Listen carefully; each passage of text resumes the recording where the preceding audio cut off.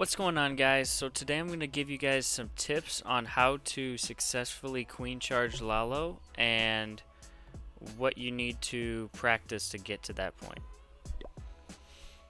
Okay, so my thought going into this base before I attacked it was that I wanted to get a lot of value with my queen charge and then also get value with my king and my royal champ.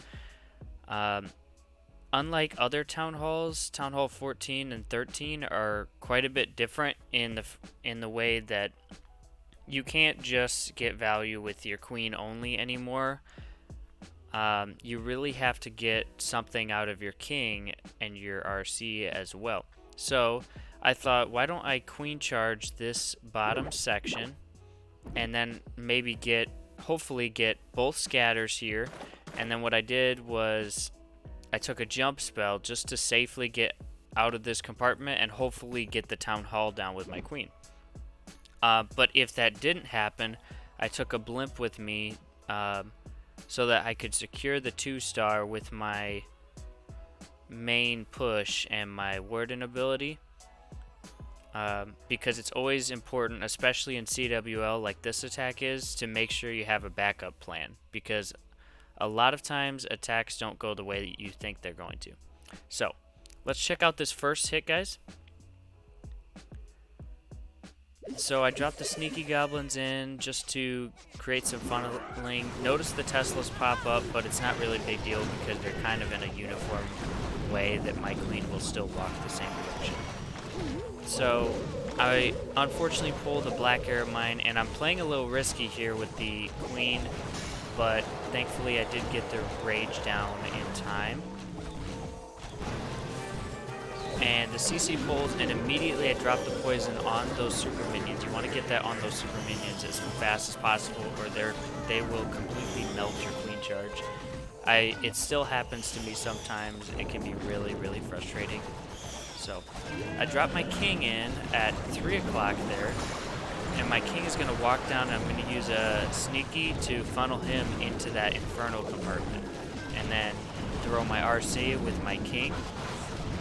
And together they're going to clear that whole side compartment. Now my queen's taking a lot of damage. You can tell the defender kind of expected a queen charge from this direction, which is why there's so many traps and stuff hitting my healers. But I'm going to take out one scatter. And I'm going to use my invis to get through the queen because at this point I'm out of rages. So I'm just trying to save that queen ability. And with these queen charge Lalo attacks, you really want to save that queen ability so that you can use it while you're doing your Lalo, because it's hard to multitask, and queen ability just is a lot easier than swiping over looking for a rage. So I use my queen ability early to get the town hall down so my loons don't use any don't get any damage. I drop my Stone Slammer at the top and invest a freeze just so my Stone Slammer stay alive and tanks a little longer, and then I hit the Warden ability when all the loons come together. A lot of people will... So it's a little bit difficult to tell when to do this. It takes a lot of practice, but it all depends on, like, do you have headhunters with your loons? Are you trying to take out the enemy heroes, or have you already taken out the enemy heroes? Sometimes it is necessary to early warden ability, but in the ideal situation, it's really best to use your warden ability when your loons start clumping up in one place. This is important because that's when the wizard towers and the scatter shots will do the most damage. When you place your loons, you want to try to place them in different clumps. There's no perfect method for it necessarily, as much as people will tell you, but you want to try and place them in different clumps so that you can get that nice spread, and if they hit any red air mines, not all the loons take the damage. So that was my first attack, not perfect, but you'll see I actually messed up the second attack and still pulled away with the 3-star, which is why I just think this strategy is so powerful. So this is a ring base basically here. What I don't like about this base design is when you put these walls here across the middle, you make it easy for the attacker to path inside your base and basically defeat the purpose of the ring base.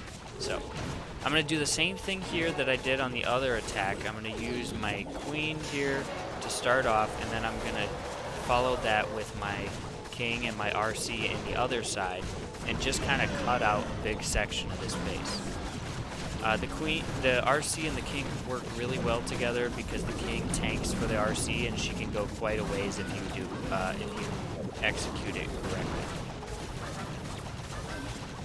So my queen's gonna walk over to the CC here. I'm gonna place wizards around the outside to make sure that I'm getting sufficient cleanup, and then I'm gonna have to drop her early poison here because my queen contacts the hound before she contacts the headhunters.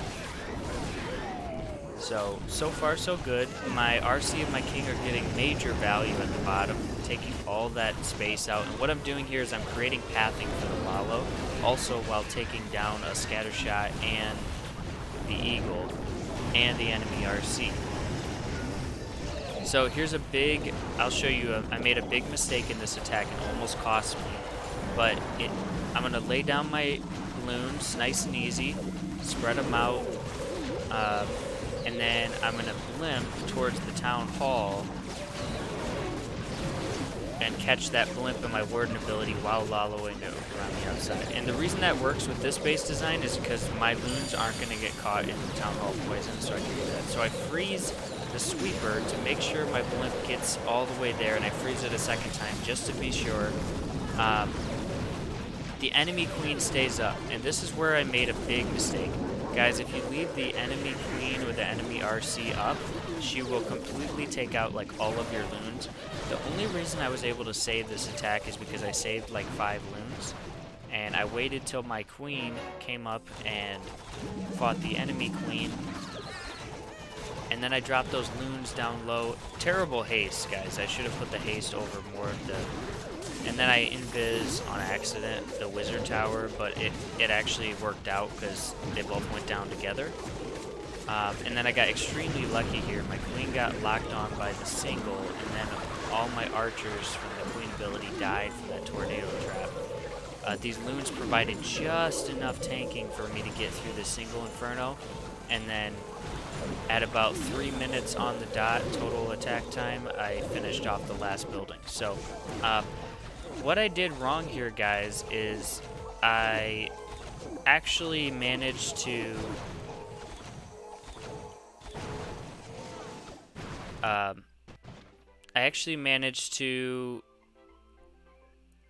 here, let me get back to the point so I can show you guys. But all the way here at the end, I didn't catch my headhunters in the warden ability, so they died early on from the scatter shot. Headhunters are very, very, very, very important in Lalo attacks. If you're going to do Lalo attacks, just always bring some headhunters, even if you're not sure you'll need them. Because in this case, you'll see I dropped my headhunters just a little too far to the outside, and then I was just barely too late. And that almost costed me the attack, but Lalo is just so strong that even through your mistakes, sometimes you can still beat the base. So, big takeaways too, like, for this strategy, your spell usage matters a lot. You gotta learn when to use the rages on the queen and when not to use them, when to use your invisibility spell on the queen. If you use these things too early or too much, then you're gonna run out of them later. And it's a fine balance between using spells on your queen charge and saving spells for your Lalo. And it all depends on how much of the base you take out. The core things you're looking for when you're attacking a base with your queen, with your initial push, is you're looking to get things like the eagle or scatter shots or infernos. You want to get at least one hero most of the time, unless they're all packed up in the same area. Then you can use a bunch of headhunters with your Lalo. this strategy is just so strong because there's so many different ways you can do it. And as you guys saw in the first one, I used a stone slammer, and on this base I just used a plain old blimp to get to the center of the base, and it worked out beautifully. So anyways guys, thanks for watching. I hope you liked the video. Be sure to like and subscribe, and I'll see you next time.